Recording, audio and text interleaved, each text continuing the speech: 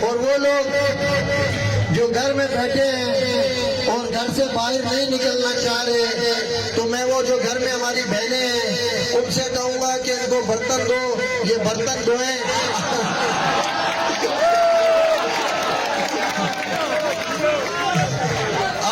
अब इनमें मर्दों वाले काम तो खत्म होंगे। भाई शर्म करो, बाहर निकलो।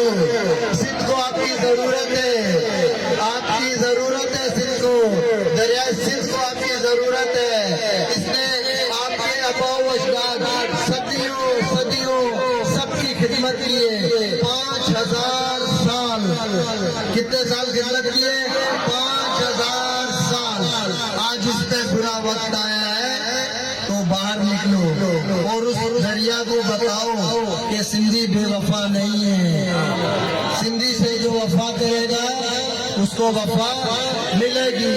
तो वो जो घरों में बैठे हैं उन सबसे रिक्वेस्ट है कि आप बाहर निकलें। और जो लोग अपनी अपनी जगह पे प्रोटेस्ट कर रहे हैं मैं उन सबका भी मशहूर हूँ।